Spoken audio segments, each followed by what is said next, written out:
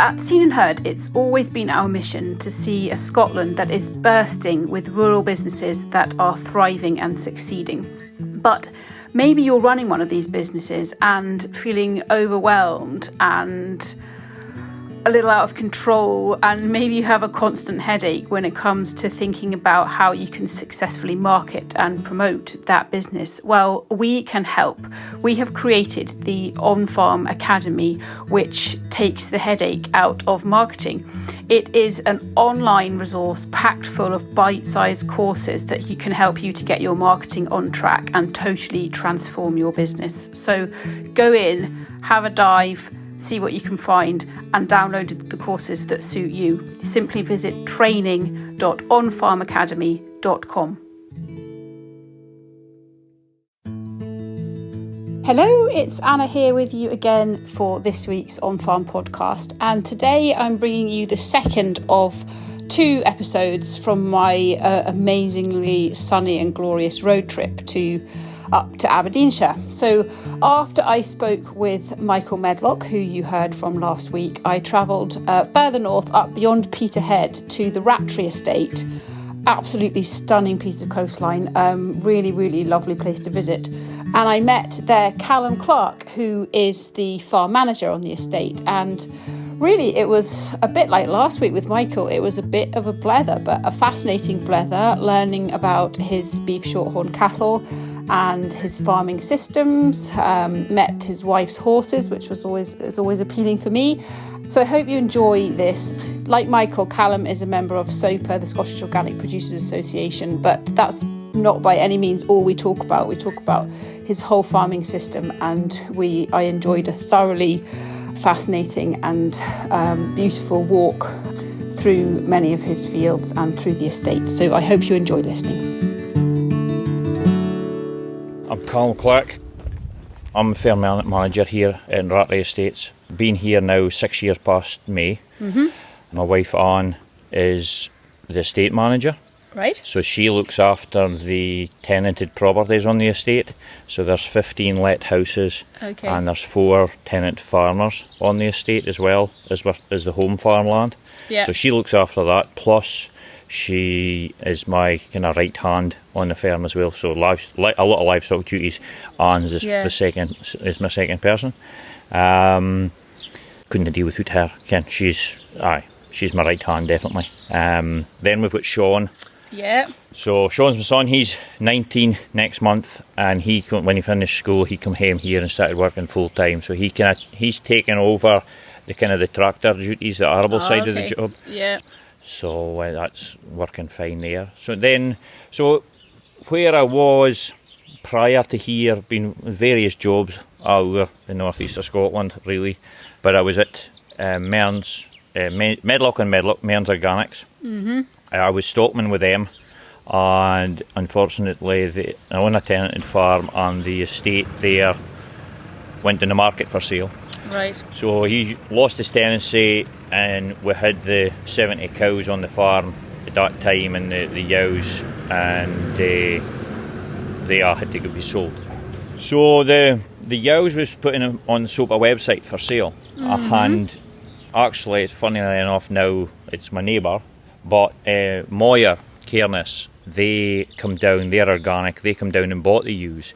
Okay. So John Moyer, he knew at the time, he knew just after that the estate was looking for a new manager, and he contacted me and he said, kind of a job for you if you're looking for it. He says, it's alright, I'll pass your number on, and blah blah blah. And so the laird, he phoned me, we had a news on the phone, I sent him a CV, and he gave me the job. So the CV must have had enough. The CV must have had enough lies on it. So, so one thing led to another. Yes, really. aye. It's funny how that often happens. Yes, and then while I was in the process of changing jobs, obviously the cows are still on the farm, but we had not out of the tenancy. They were just finishing calving where we were, and I'd spoken to the laird about the number of cows on the farm, and he said he wanted to increase the numbers. Mm-hmm. And I was like, I know where there's some good cows. I asked him his kind of budget, and he told me, I went to my then current boss, John Medlock, and told him what the plan was. I picked out 16 second calf short-horn cross cows with short-horn calves at foot, mostly with heifer calves, with a view of keeping them as replacements. I bought the stock bull and 18 bull and heifers. We took the whole lot up here when we started in May of 2016, and that was a big boost to the herd, and it really increased the herd. There was 70 cows on the place when we started that we inherited, and so that was a big boost. That just gave us the numbers. And it was shorthorns that were here already? No. Right. It was your typical Aberdeenshire cows, Simmental, Simmental cows, big continental cows, Simmental crosses, and there was a batch of Solaire cows as well. And I really like the Solaire breed. I think they're a great maternal breed. I find them easy to handle. Yes, there's one or two has their attitude problems, but every breed has them. The cows I worked at down the road, they were a bit of shorthorn, a bit of Solaire. They were all going back generations. They went back to the Highlander. Oh, okay. So the cows that I've brought up, their great grannies would be Highland cows. Then it was a Whitebridge shorthorn was introduced, then a beef shorthorn. They might have a sideways movement to Solaire or back the shorthorn. So they've got that instinct in there. They've got that breed in through them. So that was that late really, and then we got up here and then we made inroads to start turning this place around. And so the laird wanted to address that. Yes, and that's one of the reasons why you I came. think as well as that the no fault was the laird's himself. He's got a full-time job himself, right? But he's not based here. He's based elsewhere, and I think most of the time until I started, he was based away across in the Middle East. Oh, okay. So he was absent for months and months at a time. Focus here, but now he's primarily based in London. He's taken an active interest in the firm, and he's really come on board with my ideas. He's supported us, he's helped us, and James and his family, two sons and daughter, and his wife, they're up and they're actively on the farm as well, paying attention.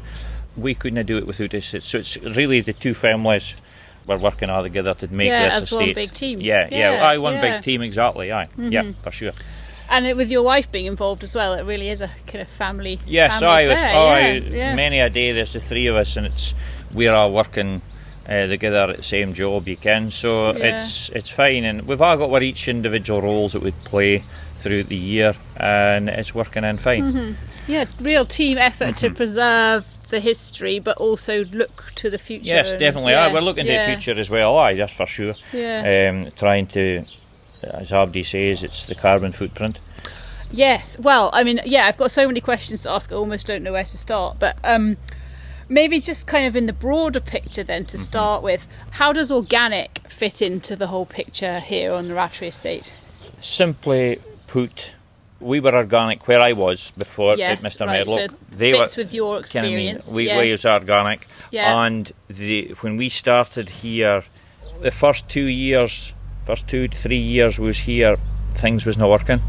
We decided that organic was possibly the better route. Yeah. Just the sheer cost of everything was starting to rise, and after the cost it's gone up till this year, I'm glad we've gone down that road. The shorthorns as well fit in superbly with the organic system. It's natural grasses, it's in a dry sandy base. They've got into the links and the sand dunes, and they're foraging animals. They're making use of what is there. And actually the land, I wouldn't say the grass is lacking due to the lack of fertiliser. It's maybe slower, but it keeps tea with the cows. You just have to work them in smaller groups. Obviously, you cannot overstock. There's a stocking density with being organic. So you work it, and you learn to work the ground and work the land suitably. So you suggested then to the laird that organic was the way to go. Yes. Did he need much persuading? No, he didn't. Do you think it had been on his mind already? I'm not sure. I suppose maybe because he's doing in the big smoke down there in England there, he's maybe seen the restaurants and the shops, and he'll be seeing the end customer. Yes, and what the niche market is for them down there, and there is a market for it. It is a beneficial market as well, I think, as well. But at the time there was more benefits, we felt, financial benefits going down the organic road, and we needed a financial kick as well as to try and improve the place and get forward and get moving. So going organic, we got the fencing grants to help us to get on, and we put in approximately 11,000 metres of fencing. Gosh. Most of it was through the grant scheme for organic, and it's made a huge difference. Huge difference. And we're getting stock of Waffaham sheep. We've introduced sheep here as well. There was never sheep here before, so you can see the benefits of the fields. They're fairly coming on. Yeah. Yeah. So for those who aren't hugely familiar with organic, talk me through, right, you made a decision, you had a chat with the laird, and that's it, you decided. Talk me through then the process, not necessarily, in minute detail, but, what did you have to do? How long did it take? So that sort of thing. Once the paperwork was filled in, and we ticked all the relevant boxes, you send that away and to SOPA.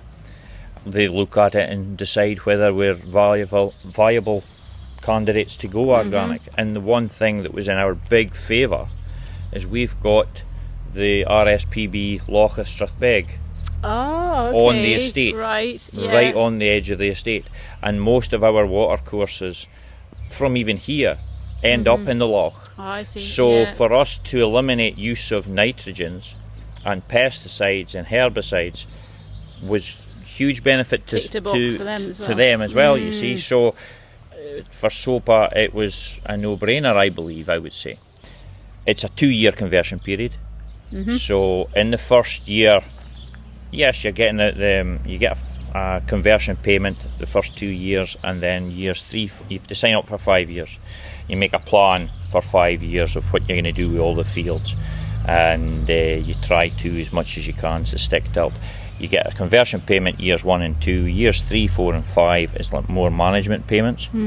If you tick the box to grow vegetables for human consumption, you get a vegetable payment, but you can't grow them until years 3, 4 and 5. Okay, yeah. So we did that. So we have now, so then you went into conversion. So that was in 2019, 1st of April 2019 we started conversion.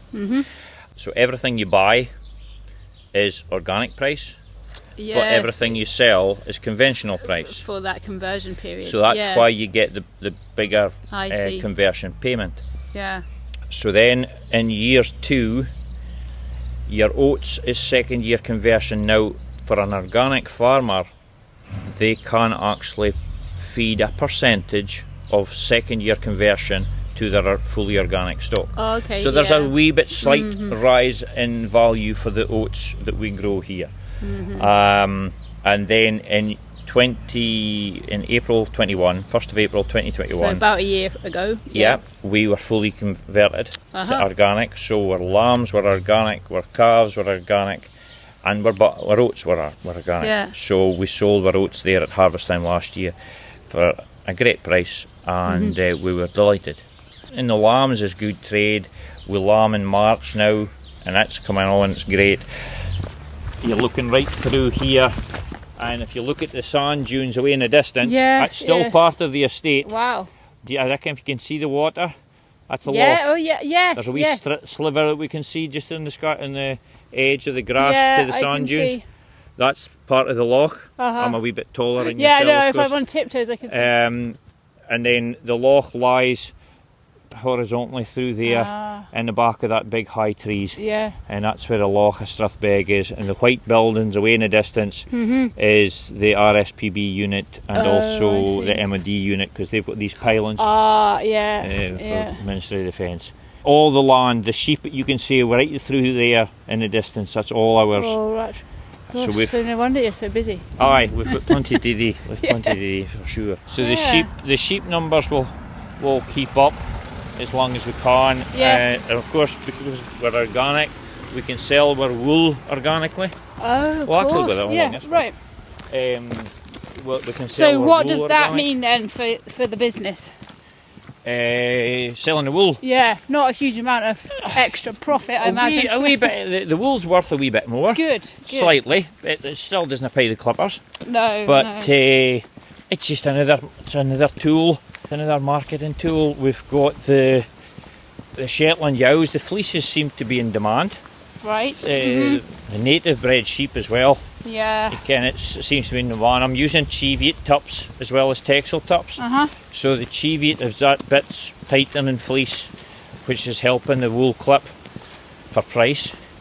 But then the Cheviot's got a job to do in breeding wise, because they're native, they're hardy, they're easy lambing, and that's a bonus for me come lambing time, because the yows, management. the 200 Shetland yows are lambed outside, and they are lambed in a minimal input fashion. They're in a park, and I'll look them maybe 4 times a day.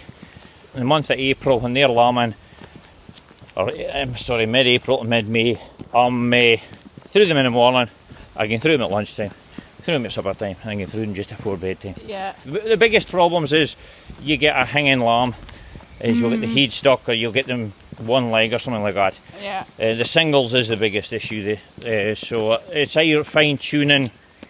I fine-tune the tups. I just have to say, right, you're obviously and you're big, you're strong bone, you're an easy lambing. So I just have to look for something different each year with the tups, and just fine-tune that. So we are just walking down. I can see the lighthouse. It's one of those just beautiful. It's very still as well today, isn't it? A beautiful day. I can see the sand dunes, the lighthouse, the beautiful ocean. And we're surrounded by horses. It doesn't really get much better. You can see the gas station in the distance. That's where has that been a bit controversial, has it? For us, it doesn't really bother us. They're noisy at times, but for me that was here before I started, so the only thing it is annoying is they've got land between our boundary and the plant itself that they do absolutely nothing with, and it grows out of the filth. And because now we're organic, we can't tidy it up, and all the seeds come on here. Hence, we've got the thistles and nettles and Dawkins for company. So that's a frustration. It is a frustration, and we didn't. We maybe should have left the organic conversion for another couple of years after we first thought about it, and got on with the pesticides and herbicides, and got clear of the Dawkins and tidied start up. With a clean slate. Start with a clean slate. Yes. But we kind of jumped in and got on with the organic conversion as soon as we could. Yeah. Really. Sometimes though, you have to do something before you feel quite ready to do it. Otherwise, you might never get round to it. Well, that's true. That's right. And we've got a good topper, so we're waiting for a set of blades for it just now. So once the blades come in, we'll get the topper. I'm just going to stop and take a photograph because this is amazing. Stunning. So that's a year now then since conversion finished. Yes. You sound pretty convinced that you've done the right thing, even though maybe you could have chosen easier timing. Is James the laird convinced that you've taken him down the right path? Yes, I think so. Yeah. He is. Just simply the sheer savings. You can, whether it's right or no, we've now got the fertiliser costs. Yeah, we've now got which at the moment is serious, massive saving. Serious. You can, in fertiliser bills prior to us going organic, you can just 20,000 just for a load. You can, and just for your one crop of silage, you were that kind of money. And serious money when you consider the acreage that we're farming. Yeah, how many acres is it that you're So we've farming? got in our own hands about 750 acres of our own, and on that we're growing 120 acres of oats, spring oats, and that will be primarily to go to an organic, gluten-free market. Yes, and I think it goes to the place that I've just been. Yes, exactly. And with Michael Medlock. Yes, exactly. Yes. So they take for the porridge oats. Yeah. And the byproduct from them making their porridge oats, they make into a stock feed pellet, and I buy back from them in the winter time and feed it to cattle and sheep because it's suitable for both. Yes. Told you. What's your step? Right, now we're just going into a field with cows and calves, which is not always advisable, but I'm with a man who knows what he's doing. So, so we've just stepped they into don't this. look too bothered about us being we've here. just stepped into this field here. The field we've walked through, there's 18 cows still left to calve. I had a bull stopped working, he got an injury. Oh dear. So I missed Yeah. a gap of getting the next bull in. So they are just coming to the calving, and in the next week, 10 days, I'll get calves left, right and centre with them. Yes, but the rest of the cows, they calved within really the first 3-4 weeks of the bull going in. Hence the reason we've got this great show just now, beautiful colours. Oh yeah. Ken, with the short horns and the short horn again is great. Now you see this lady coming forward here. She's actually one of the calves that I spoke about as we came up the road as a calf at foot. So this is what we've kept on for a cow, and that was her cracking white stock calf there. Oh yeah. And they're working fine because this is old grass. You can, it's doing in the sand dunes, just pure sand. Very in below. sandy, yeah. So just pure sandy, sand. isn't it? Yeah. And It's you would doing be the trick. just, right at the bottom. You'd be sea level right at the bottom. Here, we're only just a few feet above sea level. Yes. You can with the sand here. So. So lush, yeah. Now this might seem like a silly question, No. but not everybody that listens to this podcast is farming, so not everybody okay. kind of necessarily knows what's going on. These ladies here and their calves, how are their lives different since the organic conversion? You know, obviously they're not conscious of anything, but their lives won't be quite the same as they were. How are the differences? The differences would be, I would say, they didn't get injected so many times. They didn't get stuff poured down their throat so many times. If a cow is unwell, she'll get the medical treatment she needs. Animal health and welfare is paramount, is at the top of the list. The cows are dung sampled to see if they have any internal parasites. Yeah. And if there is a high egg count, then we get the appropriate medicine to treat them. So it's test and treat. Yes, it's test and treat. That's similar to what I would do with my horses. Yeah, see, a lot of farmers, and no disrespect to anybody that maybe listen to this, but a lot of farmers, it's this date on the diary we wear my coos. This date in the diary we put fluke down their throat. We put it's always the same routine. But here, since we've gone organic, I try to leave them as much as possible. They get their routine health vaccinations. They get their BVD booster. We're BVD accredited here. We monitor for leptospirosis, so they get a vaccine for that. Yeah. And they are also Yone's tested every year. We're Yone's level 2 this year. I'm hoping, fingers crossed, we'll get a clear bill of health next year, this autumn. But that's what they get. In autumn times they get other testings done, and then the calves, they get vaccinated once, an intranasal vaccine before weaning time to come inside. And again, once they're inside and been inside for 3 to 4 weeks, I'll take dung samples, put them away to see if they have any worm or fluke burdens, and if not, they do not get to it. Even supposing I put in 2 batches of testing, if there's one, if it's nae high enough, they won't get done. Yeah. Because I prefer to try and get the bodies to do the work to keep their antibodies up. Because there's too many folk, too many animals are being vaccinated and dosed too many times, and they've got no immune system. Just same as humans. Since I was old enough to sit in the seat of my dad's tractor, I've been on the farms, and you've had your piece at fly time with your hands covered in charm. Before the days of hand sanitizer. Yeah, and that's the problem. Everybody's so clean.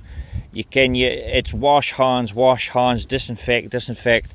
So what you're saying essentially then is that you listen to science, you do what needs to be done to ensure the best possible animal welfare, at the same time as allowing the herd to build up natural immunity and allow their own bodies to deal with what they're facing. And so all done within the realms of sense and science. Yes, that's right. Yeah.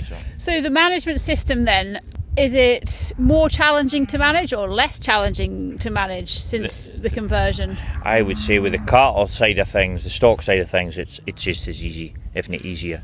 The land side of thing actually is harder, I would say, because you haven't got the use. You can just say, I'll just lash on talking a week the night drum. You've actually to listen to the soil and do what the ground wants it to do. You have to get your pH, your levels, your P and K. You have to look after that as well. So soil sampling is as a must, because at the end of the day, shit will only do so much. You have to look after the rest. Yes. And we're looking at it now, doing away, but it can't do everything. No, that's it. And it's great stuff. The cows muck. The one downside with our system here, the cows are outwintered. The cows are never inside. Right. So this, as we're looking down here towards the sand dunes, you're seeing this big sandy area there. Yeah. There's a big kind of bit that's been opened up years and years ago, and it's into the sand dunes, and that's our feeding area. Oh, okay. So and it looks like it provides natural shelter as well. Yeah. So that's a road there that I sorted up. It was there, but it was a wee bit. But we've sorted it up to make it better. So I can get down there now with our feed barrier trailers and feed them in there. And the cows, actually, this is their winter house here that you're looking at. Yeah. And the cows are here all winter. Great shelter down there. Great shelter. Well, the one year, 2018, the beast from the east. Ooh, yeah. I come down here that morning. It was blowing a holy snow horizontal, and I was like, "Oh, my poor coos." And it was a real wild morning. Come down here with our silage, and I went into that area, and there was not a cow waiting for me. Not a cow in sight. I was like, "Gee whiz, where are they?" Just one by one, they all come in from the dunes. They'd heard the tractor. So I went back out where they had came from, followed the roads, and the ground was white, and you could see where every cow had been lying. It was black. Yeah. And it was all, there was a wee ridge, and I bent down where one of the cows had been, and the wind and snow was blowing straight over the top of their back. They never knew it was a course day. No. And it was great shelter. Silly. No, the coos are not silly. The gang for a shelter is. So you have a son who I've met and who looks like he's pretty keen to follow in your footsteps. And you mentioned that the laird has got 2 sons. Yeah. And the estate's already been in his family since 1100 and something. So everybody is in your team, as it were, is thinking presumably about the next generation. Is that part of the... Aye. I know you mentioned, every farm's got to be financially viable, but is the kind of custodianship in the next generation, how did that play into the organic decision? Well, it's all going to help. We're hoping that the estate we can make it work so that the estate is here for the future. You believe it's the best way for you to farm and the best way for you to take care of this land. Well, when you look down in the sand dunes, you can't get in there with fertiliser. You can. It's that area isn't triple SI, but it is from the lighthouse cottages up there beyond, because it's all the estate right round, and that's triple SI right round that side. This side's not. But you can't get in there with fertilisers and herbicides. It's natural grasses. It's growing to the coos, and these cows are going into that dunes and they're foraging and making it work, and it's growing, and it's a habitat for animals and everything. The estate, these coos are paying for us. They're working for us as well. They're part of the team, and these calves are coming to producing the goods. Like these coos are producing the goods for us. Well, tell me a bit more about that. When it comes to not just organic, but grazing down here in the dunes, wintering out, how does that impact on taste? The taste would just be immense. Absolutely brilliant, because it's natural. It's never been grass-fed, forage-fed stock and beef. You couldn't get better. And shorthorn, the marbling through shorthorn beef is just immense. The taste is superb. It doesn't shrink on cooking. there's the Shorthorn scheme through Morrison's. Oh, okay. The Woodheads at Turriff, and the slaughterhouse Woodheads further down south in England. There are killing Shorthorn bred beef. Your ribeye steak is just perfect, like, just absolutely delicious. Wow, gonna have to go and try it. Yes, definitely. So yeah, I've just come from speaking with Michael Medlock. We talked about oats a lot, but also talked about his chicken and duck business, and it's kind of similar. You know, we were standing. It's interesting for me what people's perceptions are, and I think, you know, often people have perceptions that chickens are crammed inside a shed and don't see daylight, and that cattle, likewise, that cattle are, you know, maybe not lying on a comfy bed and they're indoors a lot of the time. But actually, you know, anybody who thinks that would be proven wrong by the 2 visits that I've just made today, because I'm seeing chickens roaming essentially free. Actually, they don't even have fencing because they're kind of hefted to their house. But they roam as far as they're comfortable, living a nice life. Likewise, the ducks. And very much. I mean, look at these two here. This is a cow and calf, like, living the high life, looking so relaxed and happy. This is 106. This is my favourite. Oh, is it? She was the first cow that was on my list to come up the road from John Medlock's cows.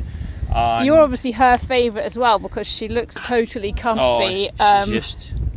With you here. She's just, and that's her stot calf. Unfortunately, she's given me a stot calf this year. It's a calf float cracker.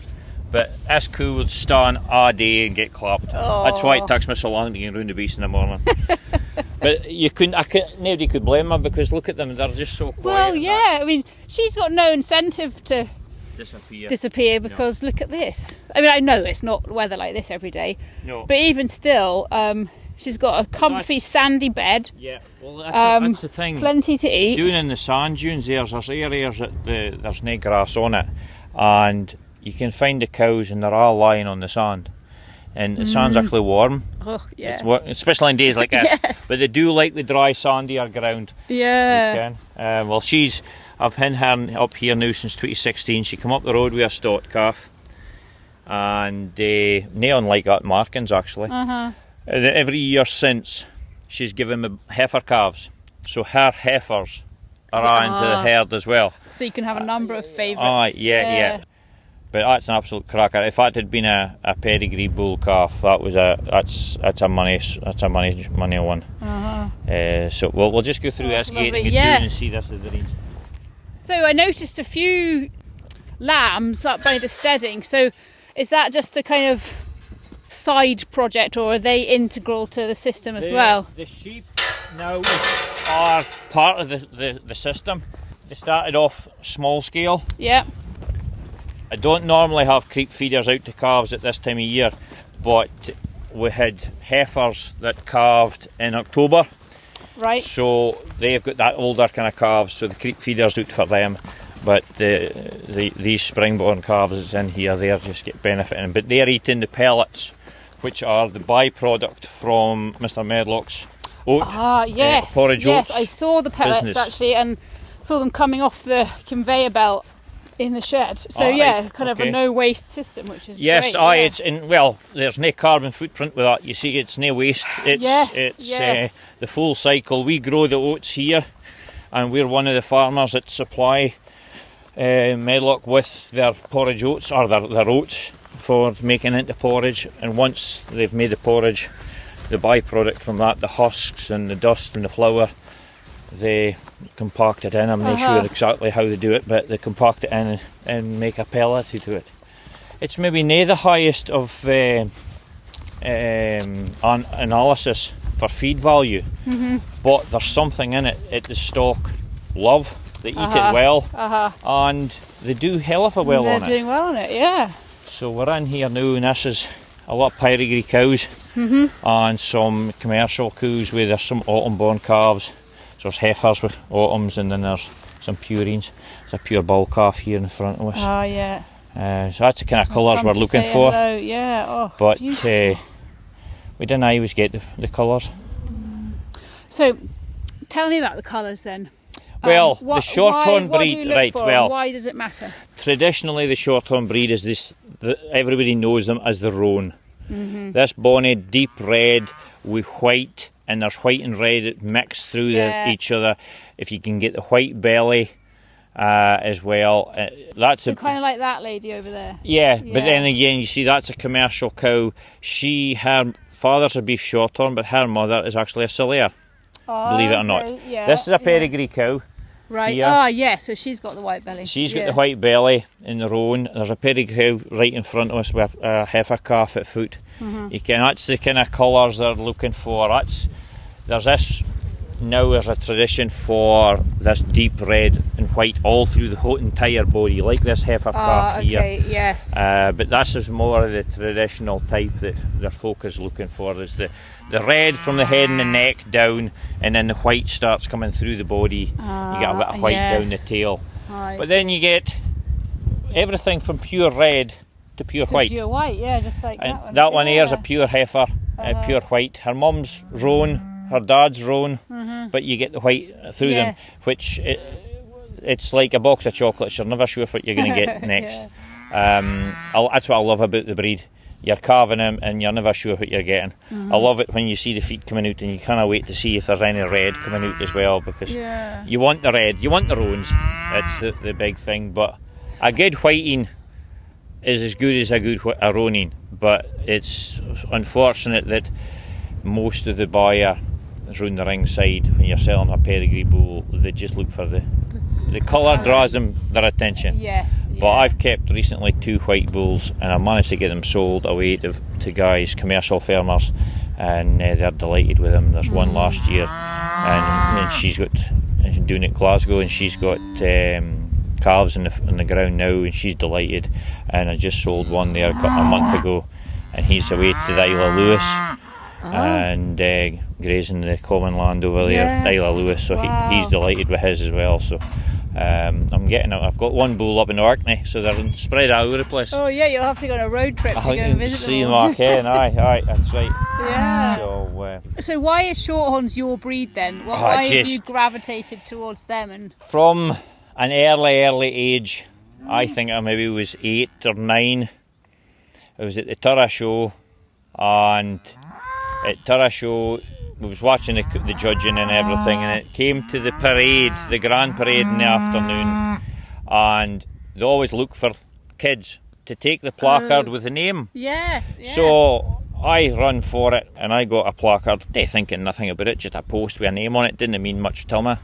And then one of the stewards led me for it and said, right, you walk in front of this guy with his bull. And that year it was Mary Durno's beef Shorthorn bull that was the overall show champion.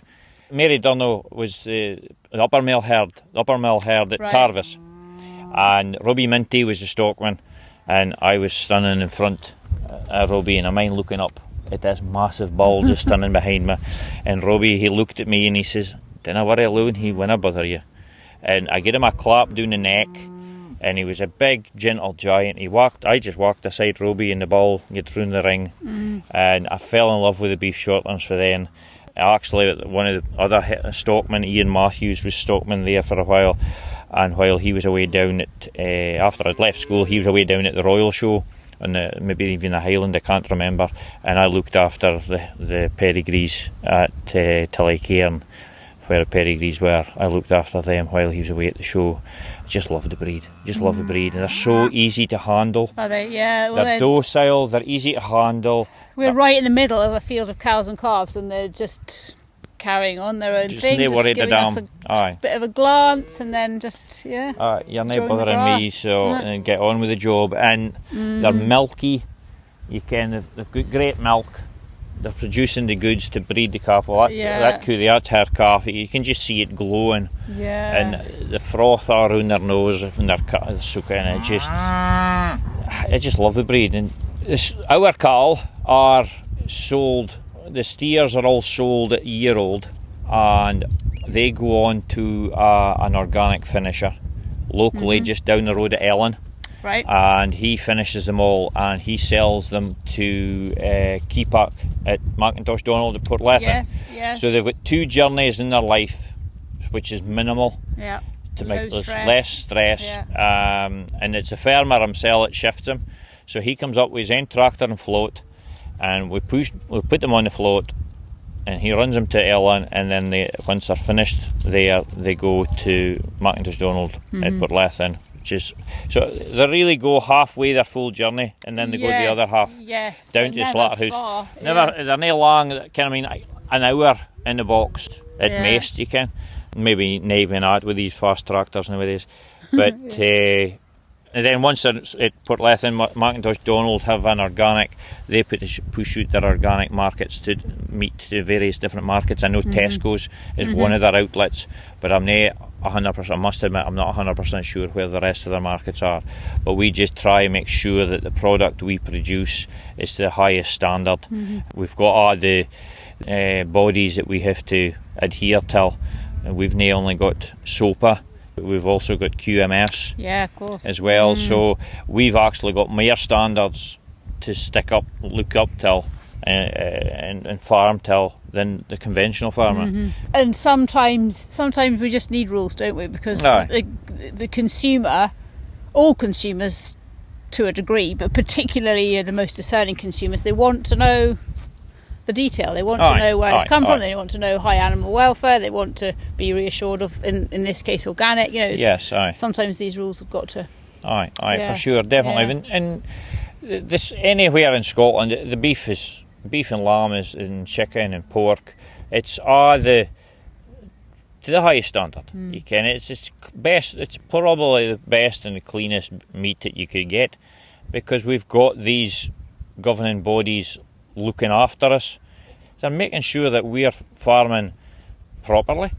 And it's not just about policing either, it's about support, isn't it? So if you need information or support or whatever, they're there for you to pick up the phone and have a chat. I sometimes do feel that they could do more to promote the product that we're producing, especially in these climates with the vegan and vegetarian movements that there is. I sometimes feel that we need that those governing bodies should be making more noise on our side.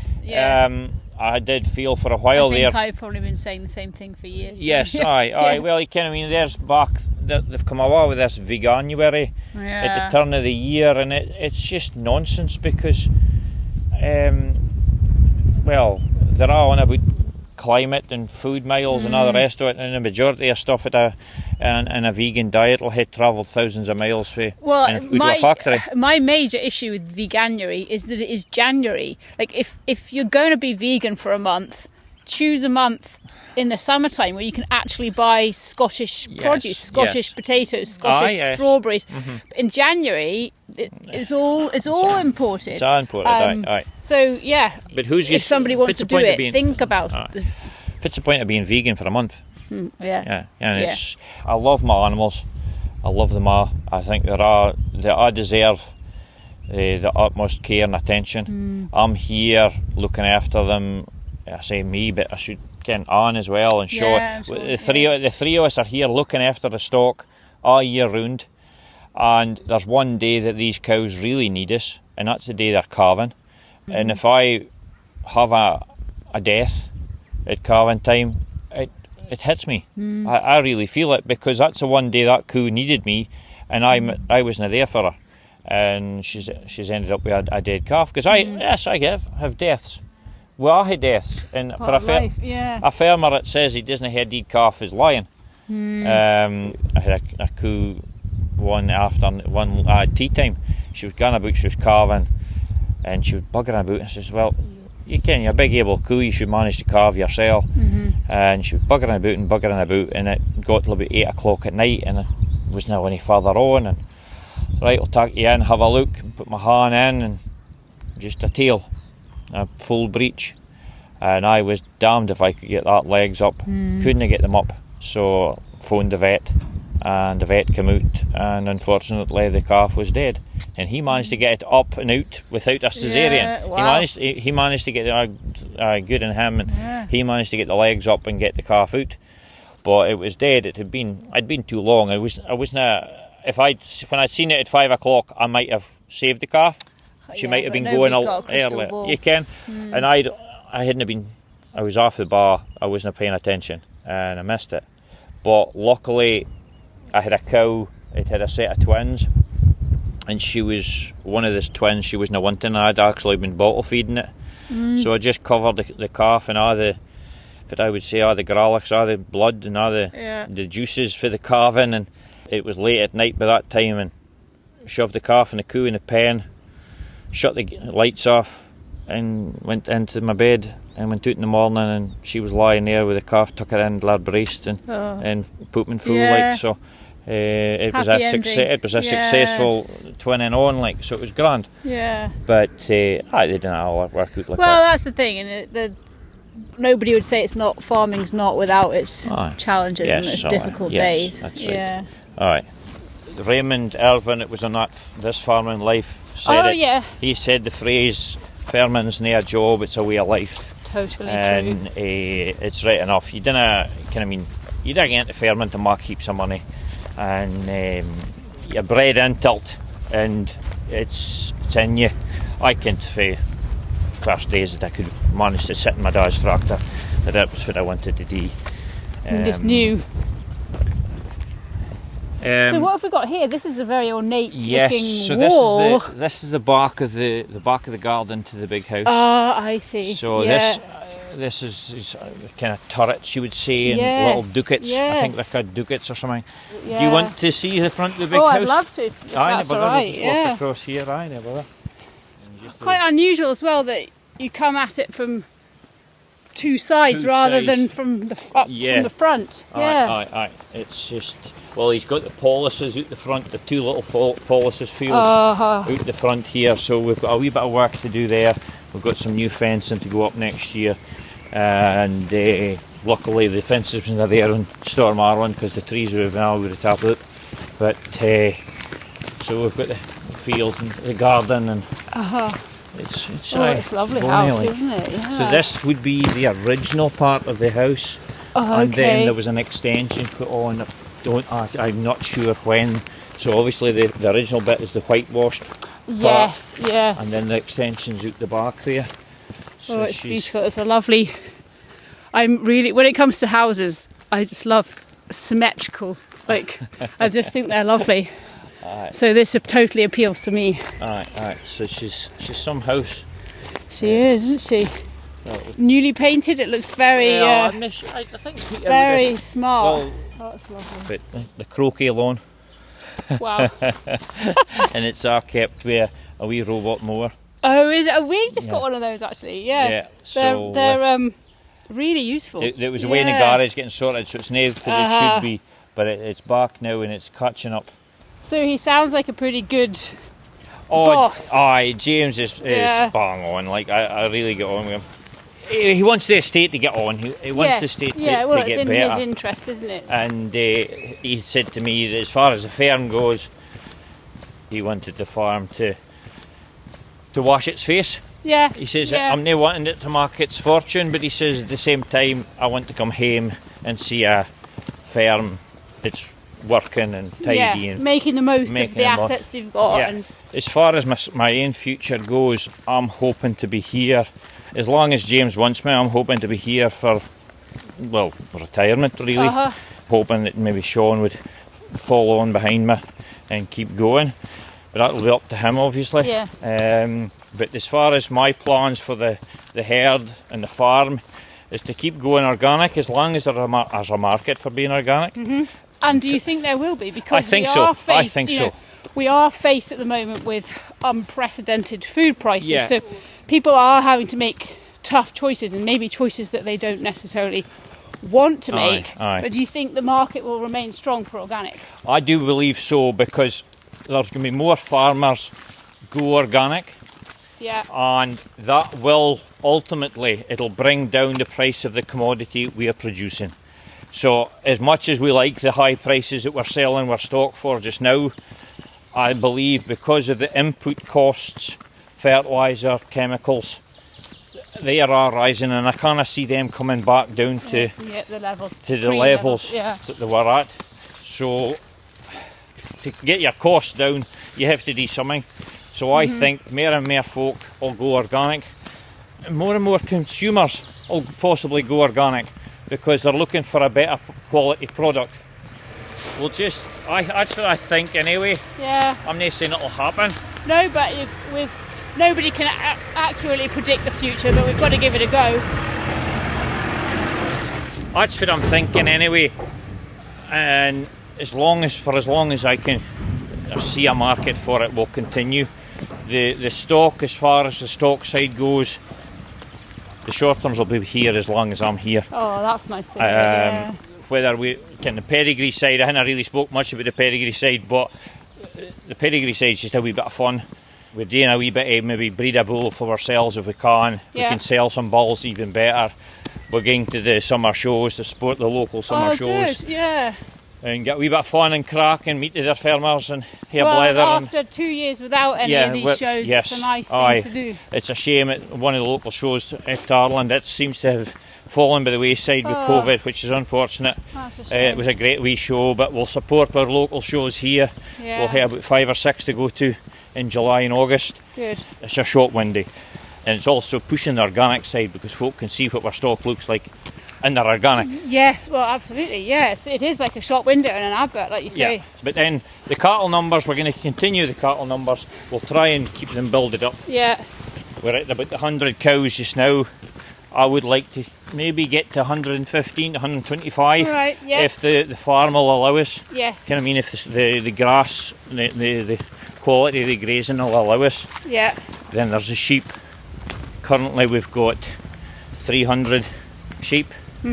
200 of them are Shetland ewes. Oh yes. And the rest are Texel crosses, with the Texel cross ewes mostly coming out of Shetland ewes. Yeah. So we're using the Shetlands as the mother, and they are producing our replacement ewes.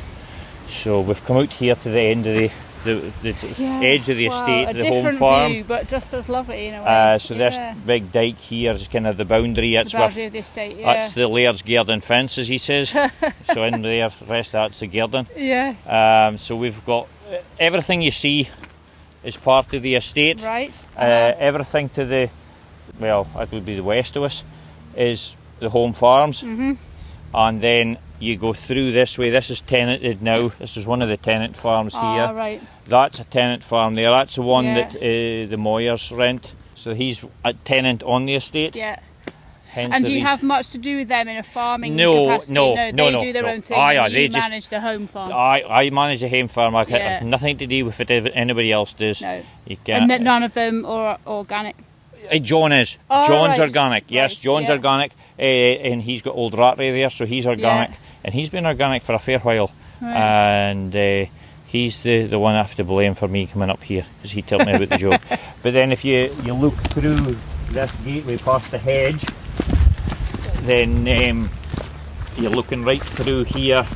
And if you look at the sand dunes away in the distance, that's still part of the estate. Wow. But the water, I reckon if you can see the water, that's a loch. Oh yeah, yes. There's a wee sliver that we can see just in the edge of the grass to the sand dunes. See. That's part of the loch. I'm a wee bit taller than Yeah, yourself. no, if I'm on tiptoes I can see. And then the loch lies kind of horizontally through there in the back of that big high trees. Yeah. And that's where the loch of Strathbeg is. And the white buildings away in the distance is the RSPB unit and also the MOD unit, because they've got these pylons for Ministry of Defence. Right. So, but all the land, the sheep that you can see right through there in the distance, that's all ours. Rattray, that's our Rattray's ground in through there. So no wonder you're so busy. Aye, we've got plenty to do. We've plenty to do for sure. Yeah. So, aye. Wow. It's been an amazing tour. Thank you. No, but no problem. Interesting. So there you have it, Calum Clark.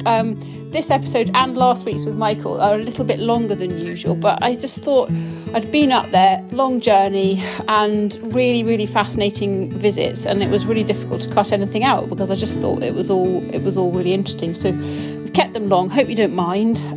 But yes, that was Calum Clark, as I said, a member of SOPA and thoroughly nice guy. And gosh, you can really tell, can't you, from the way he talks, how passionate he is about what he does. And I think that's really lovely to hear. And it's one of the things that we try and convey in this podcast. So I think this episode has certainly hit that mark. But hope you enjoyed, and come back and listen again next week. And while you're at it, we'd love if you could please share the link for this or any other of the OnFARM podcasts with friends and family, because we're always wanting more people to hear the stories that we're conveying. So thank you again, and see you next week.